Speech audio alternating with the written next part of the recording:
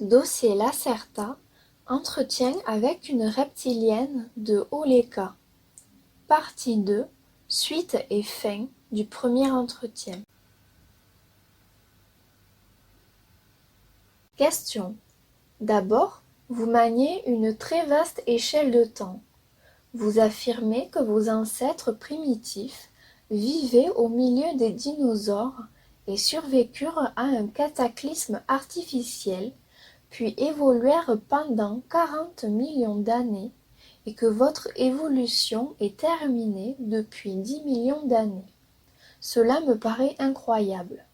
Qu'avez-vous à dire d'autre? Réponse. Je comprends que cela puisse vous paraître totalement incroyable, car vous êtes une espèce jeune et développée par génie génétique. Votre propre horizon ne couvre que quelques milliers d'années et vous pensez que c'est exact. Mais ça ne l'est pas, c'est impossible. Votre mental programmé n'est pas capable de manier des échelles de temps aussi vastes. Notre durée d'évolution vous semble incroyablement longue, mais en fait, c'est la norme de la nature. Votre espèce mammifère s'est formée à l'époque des dinosaures, a survécu à la bombe comme nous, puis a évolué pendant des millions d'années en se divisant en différentes sous-espèces, certaines plus grandes, d'autres plus petites. C'est l'évolution du corps. Mais le mental et l'intelligence, ce n'étaient que de simples animaux. Les mammifères ont évolué depuis 150 millions d'années, mais ils ne sont devenus intelligents et pensants qu'au cours des derniers 2 ou 3 millions d'années. Et c'est dans cette dernière courte période que vous avez été créés. D'une manière naturelle, l'évolution des animaux mammifères a pris 148 millions d'années. L'évolution de votre espèce ne prendrait que 2 millions d'années? Demandez-vous si cette évolution rapide est naturelle. Votre espèce est plus ignorante que je l'aurais cru. C'est notre évolution qui a suivi le cours normal et non la vôtre. Question. Je comprends. Mais j'ai une autre question. Vous mentionnez de nombreux faits concernant cette guerre entre extraterrestres il y a 65 millions d'années. Ceci s'est produit bien longtemps avant que votre espèce ne devienne intelligente, si je vous saisis bien. Comment pouvez-vous connaître autant de choses sur cette première guerre et sur votre propre évolution? Réponse. C'est une bonne question, plus pertinente que les précédentes, à laquelle je n'ai pas encore répondu correctement. Notre savoir concernant la première guerre provient d'un artefact qui fut trouvé par nos archéologues il y a 16 000 ans sur le continent que vous appelez aujourd'hui Amérique du Nord. Ils ont trouvé une sorte de plaque circulaire d'un diamètre approximatif de 47 centimètres, faite d'un matériel magnétique inconnu. À l'intérieur, une plaque en cristal plus petite était enchâssée, contenant une somme énorme d'informations codées dans la structure moléculaire du cristal. Cette plaque mémorielle avait été fabriquée par les survivants de la race humanoïde issue de Procyon qui avait échappé à la bombe il y a 65 millions d'années et était complètement intacte. Nos scientifiques furent capables de décoder les messages et les données, et c'est ainsi que nous entendîmes parler pour la première fois d'un passé éloigné lié à la disparition des dinosaures.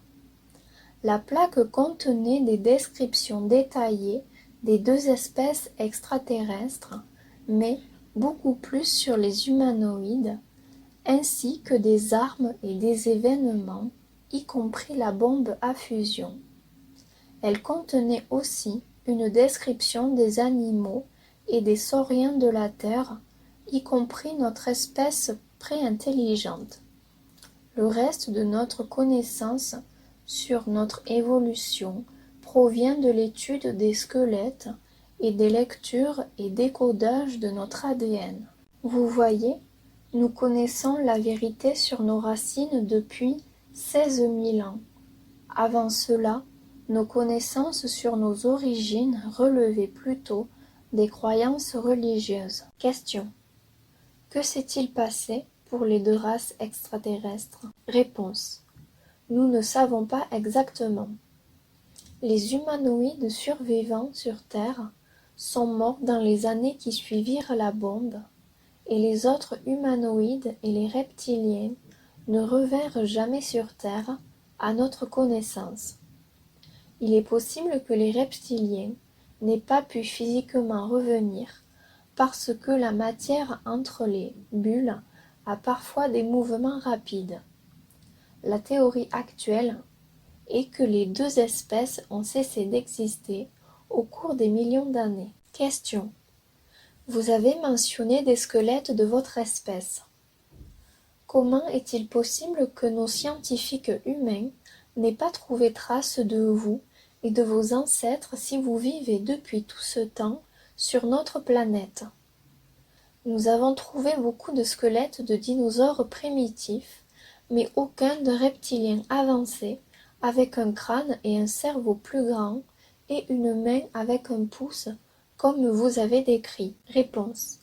Mais si, vous les avez trouvés. Seulement vos grands scientifiques n'ont pas été capables de reconstruire complètement les squelettes, parce qu'ils voulaient reconstruire des animaux reptiliens, pas des êtres intelligents.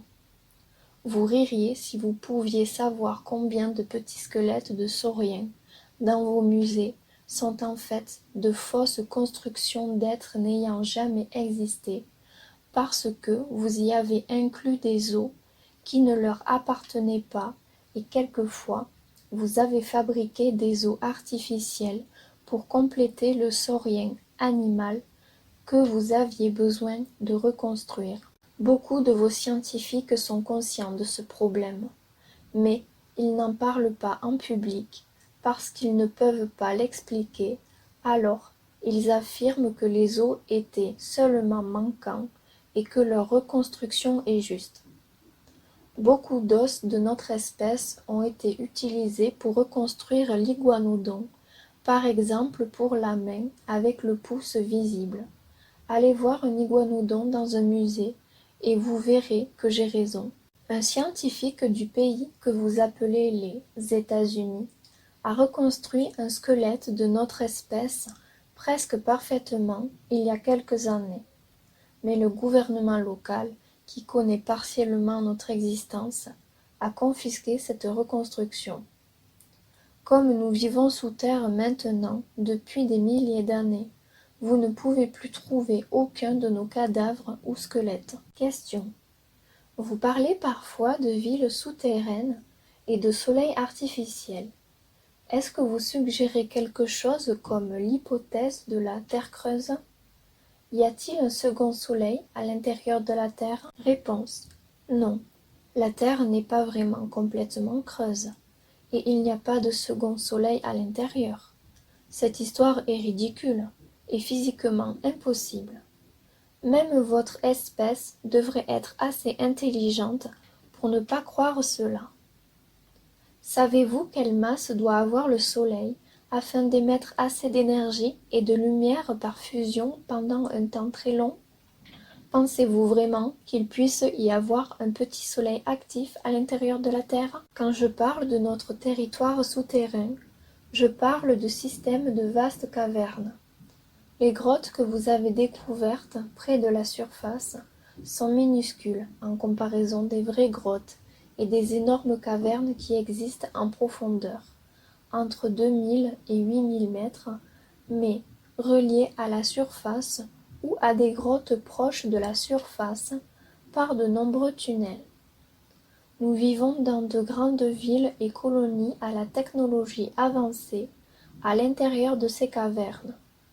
Les sites principaux sont situés sous l'Arctique, l'Antarctique, l'Asie intérieure, l'Amérique du Nord et l'Australie. Quand je mentionne un soleil artificiel, il ne s'agit pas d'un vrai soleil, mais de différentes sources de lumière d'origine technologique, y compris gravitationnelle, qui illuminent les cavernes et les tunnels. Il existe dans chaque ville des grottes et des tunnels spéciaux comportant de forts émetteurs de lumière UV que nous utilisons pour réchauffer notre sang. De plus, nous possédons quelques endroits ensoleillés à la surface, dans des zones très à l'écart, en Amérique et en Australie. Question. Où pouvons-nous trouver des entrées vers votre monde proche de la surface? Réponse. Pouvez-vous vraiment croire que je vous donnerai leur situation exacte? Si vous vouliez les trouver, il faudrait chercher par vous-même, ce que je ne vous conseille pas. Quand je suis venue à la surface, il y a 4 jours, j'ai utilisé une entrée qui se trouve approximativement à 300 de vos kilomètres plus au nord, près d'un grand lac, mais je doute que vous soyez capable de la trouver. Très peu d'entrées donnent dans cette partie du monde. La plupart sont situées beaucoup plus au nord et à l'est. Un petit conseil. Si vous vous trouvez dans une grotte étroite ou un tunnel ou même quelque chose qui ressemble à un puits de mine artificiel, et si vous avancez en profondeur, plus les murs deviennent lisses, et si vous sentez des bouffées d'air chaud inhabituelles en provenance des profondeurs, ou si vous entendez le son sifflant d'une prise d'air de ventilateur ou de cage d'ascenseur, alors cherchez une sorte de mur artificiel lisse et très spécial quelque part dans la grotte, avec une porte en métal gris. Si vous étiez capable d'ouvrir cette porte, ce dont je doute, vous vous trouveriez dans un local technique circulaire avec des systèmes de ventilation et des ascenseurs qui descendent dans les profondeurs. Ce serait probablement une entrée vers notre monde. Si jamais vous atteignez ce point, vous devez savoir que nous avons déjà détecté votre présence. Vous courez un danger si vous êtes entré dans la salle circulaire. Mais cherchez sur les murs l'un des 2 symboles reptiliens que je vous ai décrits. S'il n'y a aucun symbole ou si vous en trouvez d'autres, vous courez peut-être un plus grand danger encore, car toutes les installations souterraines n'appartiennent pas à notre race. Certains nouveaux tunnels sont détenus par des races extraterrestres, dont certaines sont hostiles. Mon conseil général, si vous vous trouvez dans une installation souterraine étrange pour vous, c'est de vous enfuir à toutes jambes. Question. Vous avez indiqué précédemment que vous utilisez le nom de Lacerta quand vous êtes parmi les humains et que vous aimez être en plein soleil à la surface de la Terre. Mais comment pouvez-vous être parmi les humains? Vous ne nous ressemblez pas. Ainsi, n'importe qui pourrait voir que vous êtes d'une autre espèce. Pourquoi personne n'a déjà vu et décrit un être de votre race si vous vivez avec nous sur la même planète depuis notre création? Réponse. D'abord, mon espèce a déjà été vue et décrite et adorée de nombreuses fois dans votre passé primitif, par exemple dans vos écrits religieux comme la Bible. Vous trouvez des descriptions et même des dessins de nous dans différents temples de la partie sud du continent américain. Les hommes appelés sages de l'Inde et des montagnes asiatiques ont, à maintes reprises, décrit notre espèce dans leurs écrits, ainsi que d'autres hommes sages du continent africain. Nous sommes l'espèce non humaine la plus citée dans votre histoire, à l'exception des fameux Elohim. Si vous avez des doutes, reprenez votre histoire et vous y trouverez la vérité de mon propos. Vos grands scientifiques qualifient la croyance en notre existence de superstition et de religion. Aujourd'hui, les humains soi-disant intelligents ont oublié notre présence à la surface dans le passé. De plus, notre espèce a été observée de temps en temps dans sa forme originelle par des humains à la surface ou dans des entrées et des tunnels proches de la surface. Mais heureusement, vos médias n'ont pas pris au sérieux les récits de ces fous. C'est très bien pour nous, et c'est pourquoi nous nous laissons voir parfois tels que nous sommes réellement. Quelques-uns d'entre nous sont aussi en relation directe avec des scientifiques humains et des hommes politiques de la surface. Mais ceci est top secret, comme vous dites, et le public n'en sait absolument rien. L'ordre du jour de ces rencontres est le plus souvent la guerre prochaine avec et entre les espèces extraterrestres et notre aide dans cette guerre. Mais il y a aussi une autre explication au fait que nous pouvons marcher parmi vous sans que vous puissiez vous en apercevoir. Le mimétisme. Cela peut vous paraître incroyable et même choquant, mais j'explique puisque vous avez posé la question. Je vous ai déjà dit que nous avons des capacités mentales plus avancées que celles de votre espèce. Je veux dire par là que nous pouvons utiliser la télépathie et la télékinésie dès notre naissance sans aucun apprentissage. En effet, la mère et son nouveau-né communiquent télépathiquement pendant les premiers mois.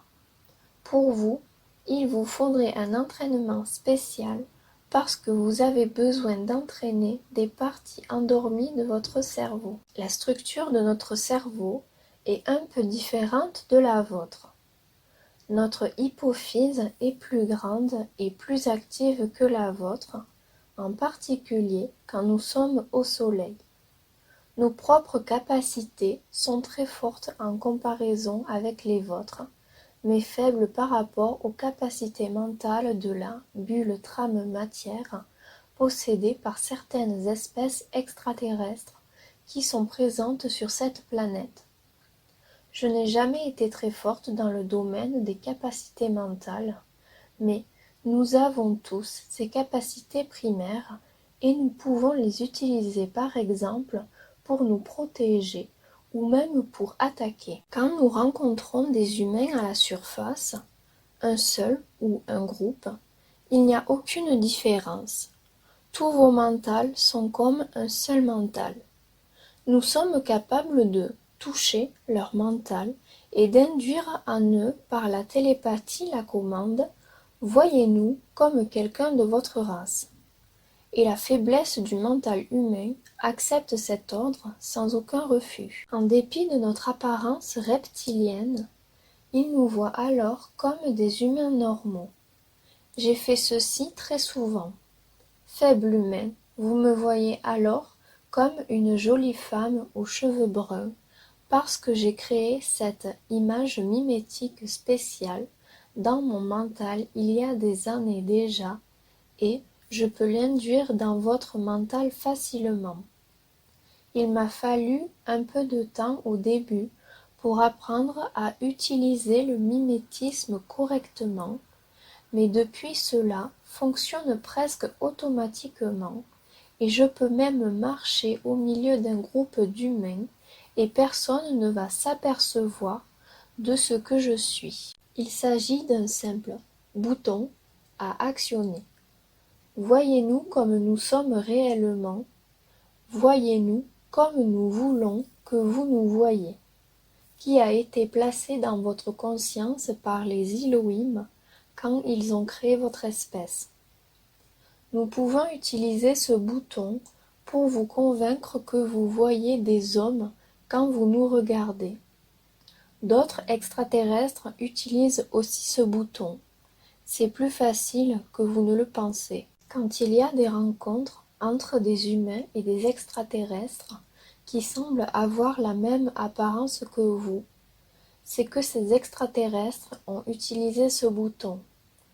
Et certaines rencontres avec des extraterrestres à l'apparence humaine peuvent aussi s'expliquer par des rencontres avec des gens de ma race. Quand j'ai rencontré EF la première fois, il m'a vue aussi comme une femme humaine normale. Et je me souviens combien je l'ai effrayé et choqué lorsque je lui ai révélé mon apparence normale. Question. Vous voulez dire que vous pourriez me faire croire qu'en ce moment, je parle avec une jolie femme humaine aux cheveux noirs au lieu d'un être reptilien? Réponse. Probablement. Mais votre cas est spécial.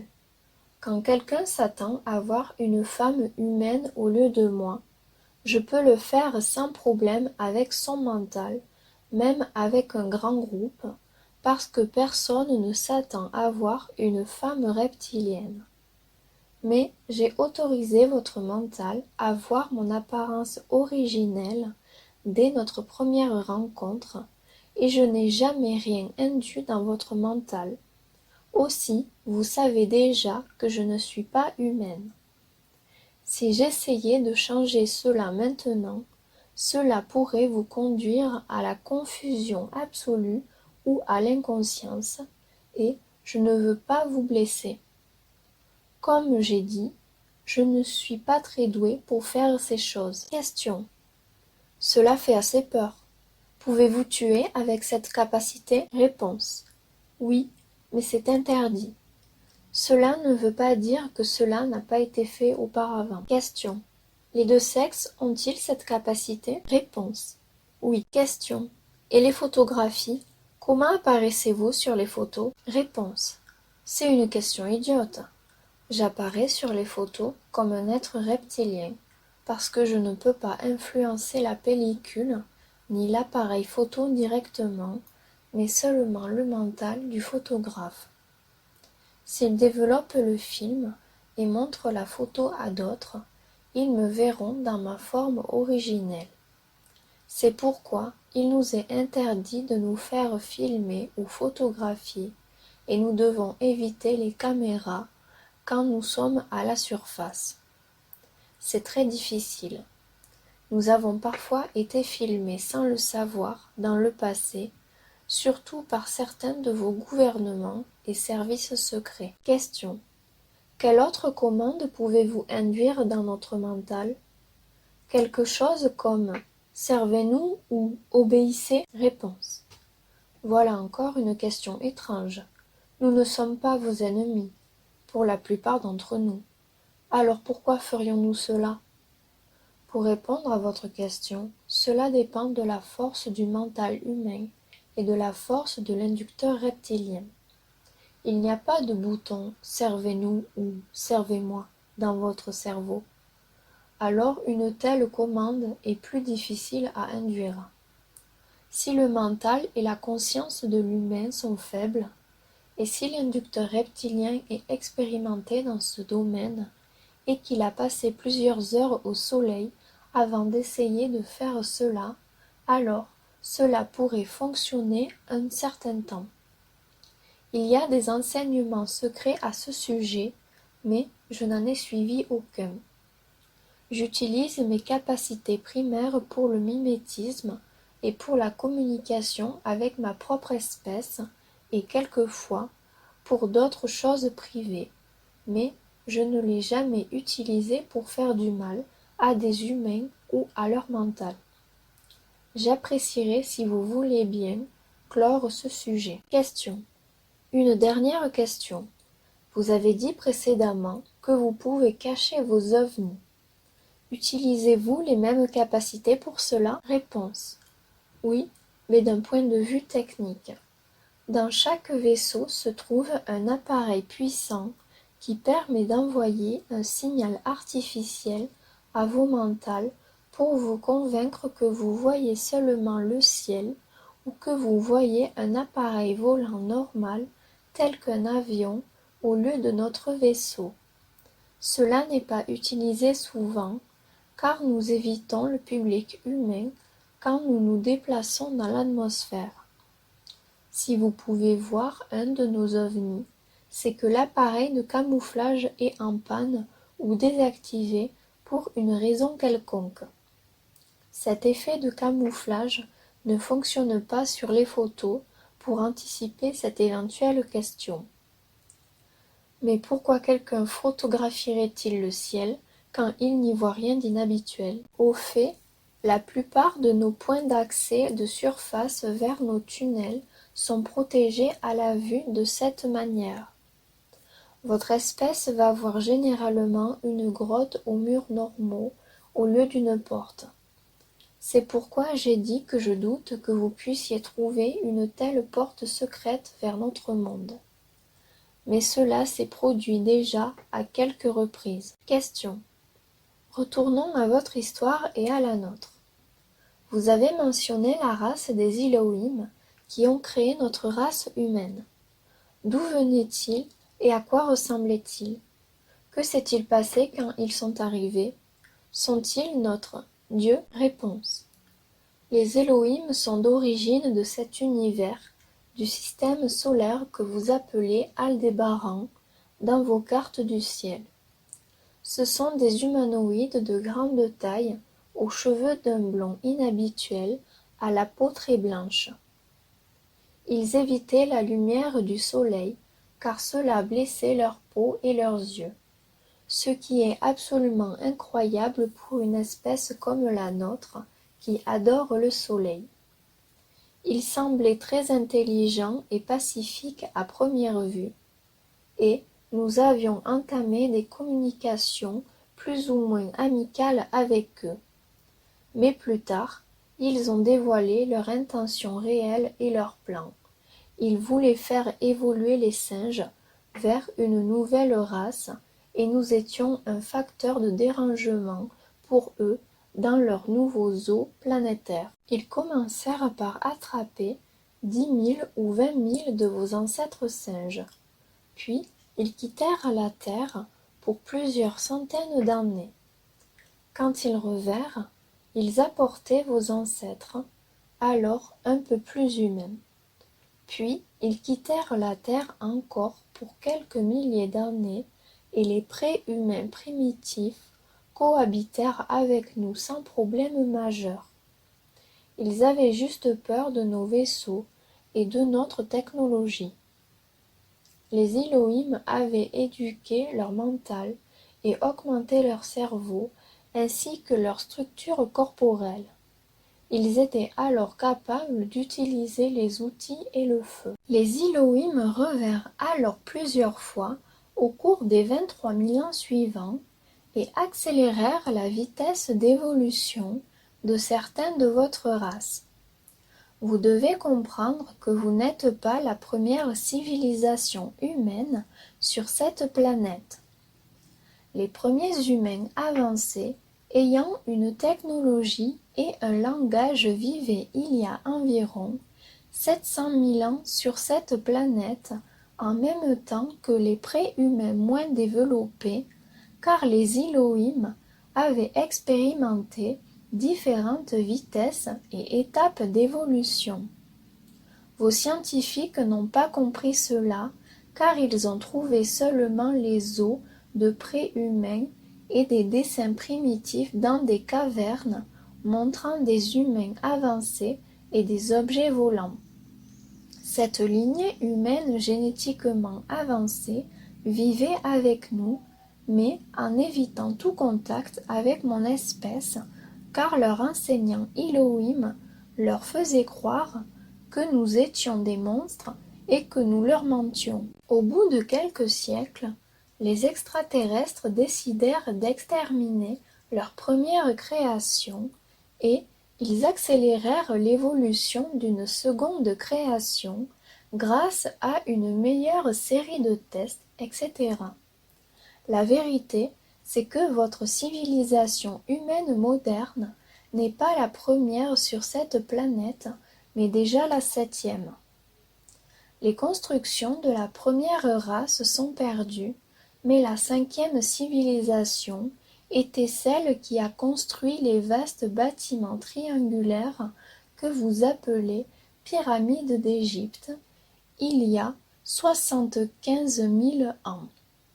Les Égyptiens ont seulement trouvé ces pyramides anciennes dans le sable et essayé sans grand succès d'en construire des semblables. La sixième civilisation est celle qui a construit les cités aujourd'hui en ruine que l'on trouve sous la mer dans ce que l'on appelle la zone de Bimini il y a 16 000 ans. La dernière création de la septième race de votre série a eu lieu il y a seulement 8500 ans. C'est la seule dont vous puissiez vous souvenir et à laquelle vos écrits religieux se réfèrent. Vous vous basez sur des objets archéologiques et paléontologiques qui vous montrent un faux passé très court. Mais comment pourriez-vous avoir connaissance des 6 créations précédentes?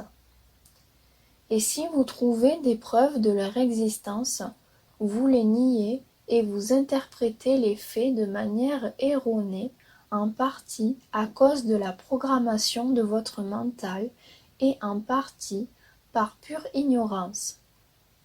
Je vais vous donner des informations concernant votre seule création actuelle parce que les 6 créations précédentes sont perdues, donc elles ne vous concernent pas. Une longue guerre fit rage entre les Elohim et nous, et aussi entre certains groupes d'Elohim les uns contre les autres, car beaucoup d'entre eux pensaient que cette recréation incessante d'une race humaine sur cette planète n'avait pas de sens. Les dernières batailles furent menées il y a 5000 ans en orbite et en surface. Ces extraterrestres ont utilisé des armes soniques puissantes pour détruire nos cités souterraines, mais nous avons été capables de détruire beaucoup de leurs installations de surface et de leurs bases dans l'espace. Les humains de votre série étaient très effrayés lorsqu'ils observaient nos batailles qu'ils ont transcrites sous forme de mythes. Leur mental n'était pas capable de comprendre ce qui se passait réellement. Les Elohim, qui apparaissaient comme des dieux aux 6e et 7e créations, leur ont dit qu'il s'agissait d'une guerre entre le bien et le mal, et qu'ils étaient le bien et nous le mal. Ceci dépend certainement du point de vue d'où on se place. Cette planète était la nôtre avant leur arrivée et avant qu'ils lancent leur projet d'évolution de votre race. De mon point de vue, c'était notre droit de les combattre pour notre planète. Il y a 4943 années de votre temps exactement, les Elohim ont quitté la planète à nouveau pour des raisons inconnues. Pour nous, c'est une date importante que nos historiens appellent la gloire. Ils partirent du jour au lendemain en disparaissant avec leur vaisseau sans laisser de traces et en détruisant la plupart de leurs installations au sol. Les humains étaient seuls et leur civilisation put se développer. Parmi nous, nombreux étaient ceux qui prirent contact avec certaines de vos tribus, plus du sud, au cours des siècles suivants, et purent les convaincre que nous ne sommes pas le mal, ce que les extraterrestres voulaient leur faire croire. Pendant ces derniers 4900 ans, de nombreuses autres races extraterrestres sont arrivées sur la planète. Certaines utilisant les mêmes vieux enseignements et les programmations de votre mental se sont fait aussi passer pour des dieux. Mais les Elohim eux-mêmes ne sont jamais revenus. Précédemment, Ils avaient laissé la planète pendant une durée de quelques milliers d'années, c'est pourquoi nous nous attendons à leur retour dans le futur, soit pour clore leur projet, soit pour exterminer également la septième création, mais nous ne savons pas exactement ce qui leur est arrivé pour anticiper votre question. Votre civilisation actuelle ne sait rien de son origine réelle, de son passé réel, de son monde réel, ni de l'univers réel. Vous en savez très peu sur nous et notre passé, et vous ne savez rien de ce qui peut survenir dans le futur. Tant que vous ne comprenez ni ne croirez ce que je dis, votre espèce sera en danger. Je vous dis la vérité, parce que votre ennemi, ce n'est pas nous. Vos ennemis sont déjà là, et vous n'avez rien compris. Ouvrez les yeux, ou vous allez avoir des ennuis bientôt. Si vous ne croyez pas à ce que je viens de vous dire jusqu'à présent, alors vous deviez croire et vous souvenir de cela. Question. Pourquoi pensez-vous que je ne vous crois pas? Réponse. J'ai une certaine sensation que vous ne me croyez pas, bien qu'étant assis devant vous. Tout ce que je vous ai dit au cours de ces 2 dernières heures est la vérité absolue sur votre monde. Question. Combien d'espèces extraterrestres sont actives sur Terre en ce moment? Réponse. Nous connaissons 14 races. 11 sont de cet univers, 2 viennent d'une autre bulle, et la dernière, extrêmement avancée, vient d'un plan différent. Ne me demandez pas les noms, presque tous sont imprononçables pour vous, 8 sont imprononçables même pour nous. La plupart de ces races, surtout les plus avancées, vous étudient seulement comme des animaux et ne sont pas très dangereux pour vous ni pour nous. Nous coopérons avec certaines d'entre elles, mais 3 sont hostiles, dont celle qui a pris contact avec certains de vos gouvernements. Elle a échangé sa technologie contre du cuivre et d'autres choses importantes et elle vous a trahi. Une guerre froide a eu lieu et a toujours cours entre 2 de ces 3 races hostiles pendant ces dernières 73 années. Il semble que la 3e race soit la gagnante dans ce combat inutile. Nous nous attendons à une guerre plus chaude entre elles et vous dans le futur proche. Je dirais dans les 10 à 20 ans qui viennent. Cette éventualité nous préoccupe. Ces derniers temps, des rumeurs ont couru au sujet d'une nouvelle 15e race qui serait arrivée sur Terre il y a seulement 3 ou 4 ans. Mais nous ne savons rien de leur intention et nous n'avons eu aucun contact avec elle jusqu'à présent. Peut-être cette rumeur est-elle fausse. Question. Que veulent les extraterrestres hostiles? Réponse.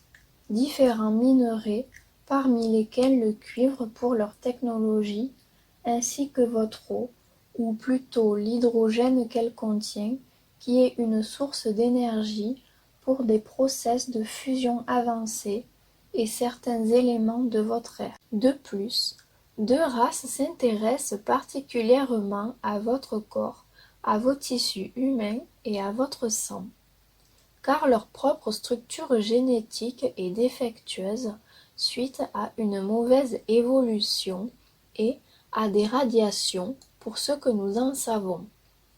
Ils ont besoin de séquences intactes en provenance de votre espèce ainsi que d'autres animaux pour réparer leur système génétique. Mais ils ne sont pas capables de réparer complètement les défauts de leur ADN parce que le vôtre n'est pas entièrement compatible avec le leur. Ma propre espèce est absolument incompatible avec les leurs, aussi nous ne les intéressons pas. Ils essaient alors de provoquer des croisements entre eux-mêmes et vous en utilisant l'insémination artificielle et des matrices artificielles.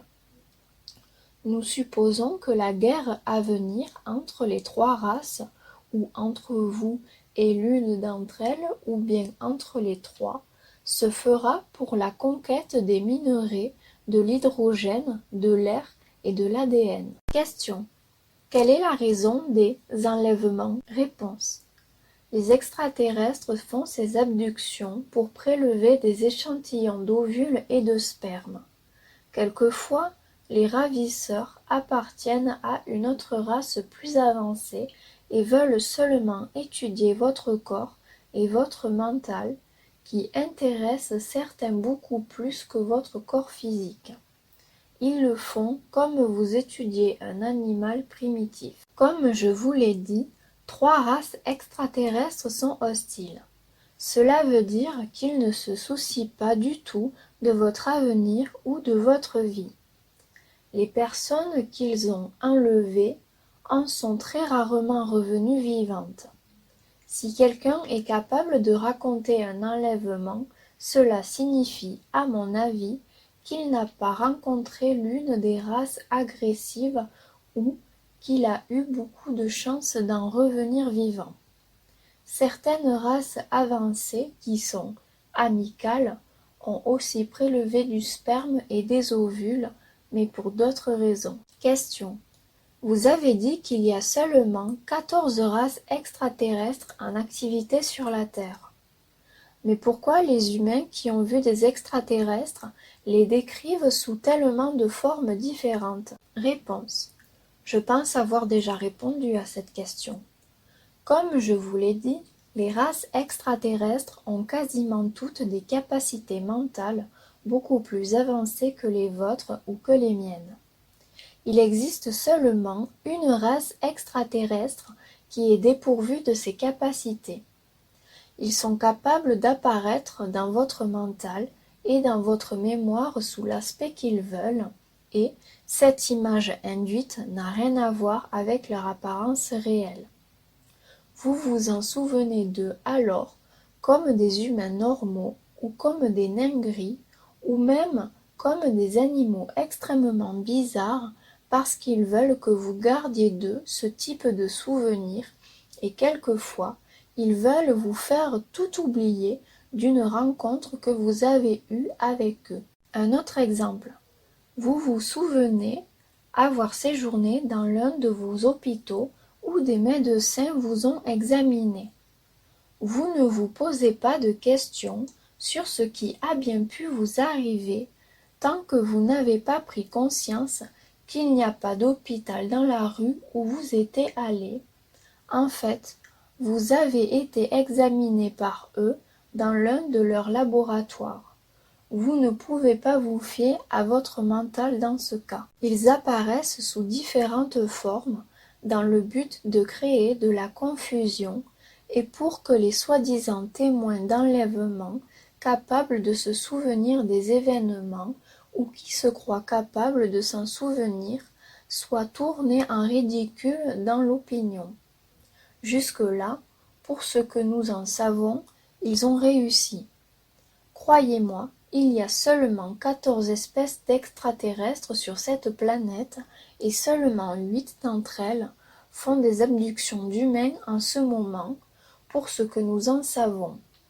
De plus, certains soi-disant enlevés ne l'ont pas été et certains extraterrestres, de leurs récits, ne sont que le fruit de leur imagination ou de leurs mensonges. Question. Comment pouvons-nous nous protéger contre cette influence sur notre mental? Réponse. Je ne sais pas. Je doute que vous le puissiez parce que votre mental est comme un livre ouvert où ils peuvent presque tous lire ou écrire. C'est partiellement la faute des Elohim eux-mêmes parce qu'ils ont construit, ou plutôt mal construit, en partie intentionnellement, votre mental et votre conscience sans mécanisme de protection véritable. Si vous vous rendez compte que quelqu'un est en train d'essayer de manipuler votre mental, vous pouvez seulement vous concentrer sur ce soupçon et essayez d'analyser chacune de vos pensées et chacun de vos souvenirs. Très important, ne fermez pas les yeux, ce qui induit une forme différente d'onde cérébrale qui vous rend plus accessible encore. Ne vous asseyez pas et ne vous allongez pas pour vous reposer. Si vous parvenez à rester éveillé pendant les premières minutes, vous pouvez peut-être essayer de filtrer les pensées et ondes cérébrales induites et l'inducteur abandonnera au bout de quelques minutes s'il ne réussit pas parce que cela va commencer à lui faire mal au cerveau. Ce processus est très difficile et certainement douloureux et peut vous faire du mal. Aussi, il vaut mieux ne pas essayer de résister si vous n'avez pas d'autre possibilité. Néanmoins, vous pouvez essayer de faire cela avec les races les plus faibles, pas avec les plus fortes. Question. Que vouliez-vous dire par « une race vient d'un autre plan très différent » Réponse. Avant de pouvoir vous expliquer cela correctement, vous devez être capable de comprendre l'univers, et cela signifierait un enseignement de votre mental qui serait peut-être inutile, y compris la suppression de certaines barrières, et prendrait plusieurs semaines. Quand je parle d'un enseignement, cela ne signifie pas forcément un enseignement par des paroles. J'ai utilisé le mot plan ou niveau parce que vous n'avez pas de meilleur mot dans votre vocabulaire. Dans ce cas, l'emploi du mot dimension serait absolument erroné. Même en parlant d'une autre bulle, c'est faux. Car une dimension ne peut pas exister sans plan. Si vous étiez une race vivante dans un autre plan, ou bien au-dessus du plan, et que de plus, vous soyez capable sans technologie de pénétrer dans ces plans, de telle manière que votre corps n'est pas fait de cette matière que vous connaissez, alors vous seriez l'être le plus puissant que vous puissiez imaginer. Cette race très avancée s'est développée en dehors d'ici et en fait, ils ont évolué sur une échelle de milliards d'années. Ils seraient capables de vous détruire, de nous détruire et de tout détruire avec une simple pensée. Nous avons été en contact avec eux seulement 3 fois au cours de toute notre histoire, parce que leur intérêt pour notre planète est différent de l'intérêt qu'ont les autres races. Ils ne présentent absolument aucun danger pour vous ni pour nous. Question. Que va-t-il se passer quand la guerre va commencer? Réponse. Il est difficile de répondre à cette question. Cela dépend de la race ennemie et de sa tactique. La guerre ne correspond pas toujours aux actes primitifs que vous autres humains envisagez par ce mot. La guerre peut être menée à différents niveaux. L'une des possibilités est la destruction de votre système social en influençant vos leaders politiques. Une autre possibilité est l'utilisation de systèmes d'armes avancés qui peuvent provoquer des tremblements de terre, des éruptions volcaniques et d'autres désastres, y compris les inondations, qui pourront vous sembler naturelles. Les champs spéciaux induits par la fusion du cuivre, dont j'ai parlé précédemment, sont capables d'influencer votre climat d'une manière globale. Je pense qu'ils ne vont pas attaquer votre planète directement avant que la civilisation humaine soit affaiblie, parce que vous avez quand même la capacité de détruire leurs vaisseaux, mais pas beaucoup d'entre eux. Je dirais que nous ne sommes pas tout à fait sûrs qu'une guerre chaude éclate dans les prochaines années déjà. Je ne souhaite plus parler de ce sujet. Question. C'est la fin de l'interview. Voulez-vous dire une dernière phrase ou donner un dernier message? Réponse. Ouvrez les yeux et voyez. Ne croyez pas seulement votre fausse histoire, ni vos scientifiques, ni vos hommes politiques. Quelques-uns d'entre eux savent la vérité sur de nombreux sujets, mais ils ne veulent pas informer le public afin d'éviter la confusion et la panique. Je pense que votre race n'est pas aussi mauvaise que certains de mon espèce le pensent, et que ce serait dommage d'assister à votre fin. C'est tout ce que je peux dire. Parcourez votre monde les yeux ouverts, et vous verrez, ou peut-être pas, votre race est très ignorante. Question. Pensez-vous que quiconque va croire que cette interview est la vérité? Réponse. Non, mais c'est une expérience intéressante pour mes études sociales.